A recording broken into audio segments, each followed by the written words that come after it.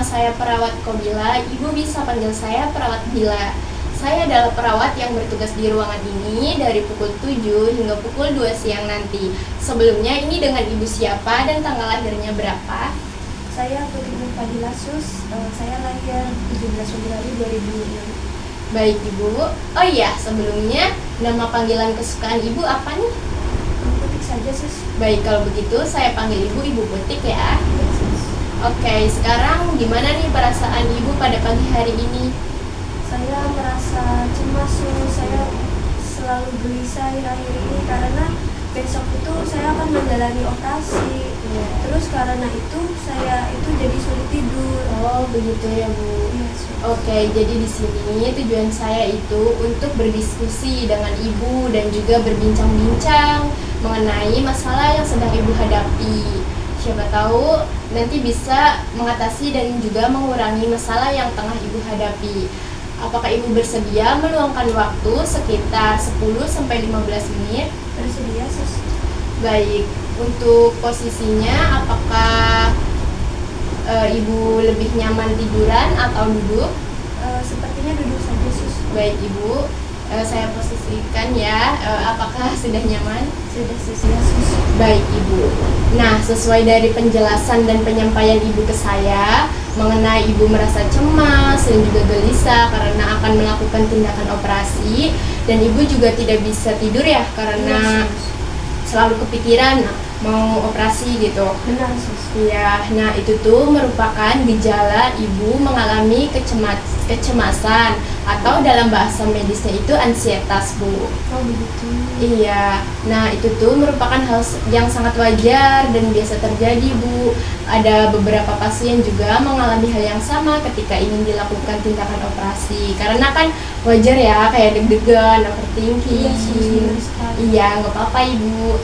Nah, terus kira-kira hal apa sih Bu yang membuat Ibu sampai merasa cemas seperti ini?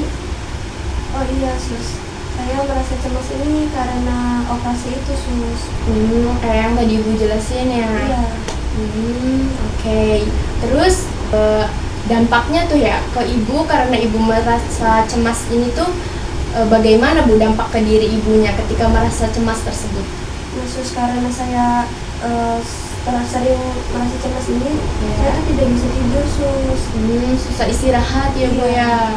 Oke. Terus kalau misalnya Ibu udah ngerasa cemas kayak gitu kan jadinya nggak tenang ya. Iya, Sus. Hal apa sih yang Ibu lakukan agar rasa cemasnya itu berkurang?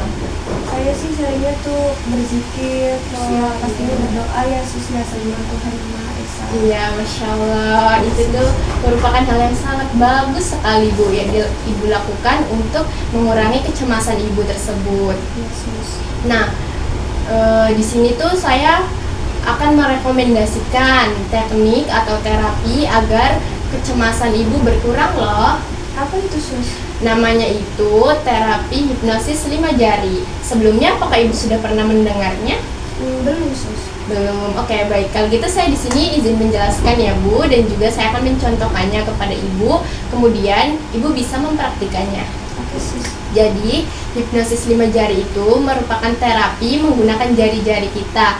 Kayak semacam sugesti atau bayangan-bayangan yang indah, menyenangkan di pikiran kita. Agar pikiran kita tuh nggak terfokus ke hal-hal yang bikin kita cemas gitu loh. Oh jadi bisa mengalihkan gitu ya Sus? Iya, bisa mengalihkan pikiran kita. Jadi kita tuh kayak nggak berpatok ke ketakutan atau kecemasan gitu. Nah, caranya sendiri itu dengan kita itu menyatukan antara jari telunjuk dan juga jari ibu jari.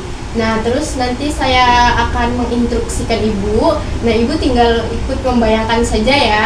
Nah, ini tuh kan memakai 5 jari. Setelah selesai 5 jari, nanti Ibu bisa tarik nafas selama 3 detik, lalu menghembuskannya dengan pelan-pelan. Oke Sus. Ya, apakah ada yang ingin Ibu tanyakan terlebih dahulu sebelum kita memulai terapinya?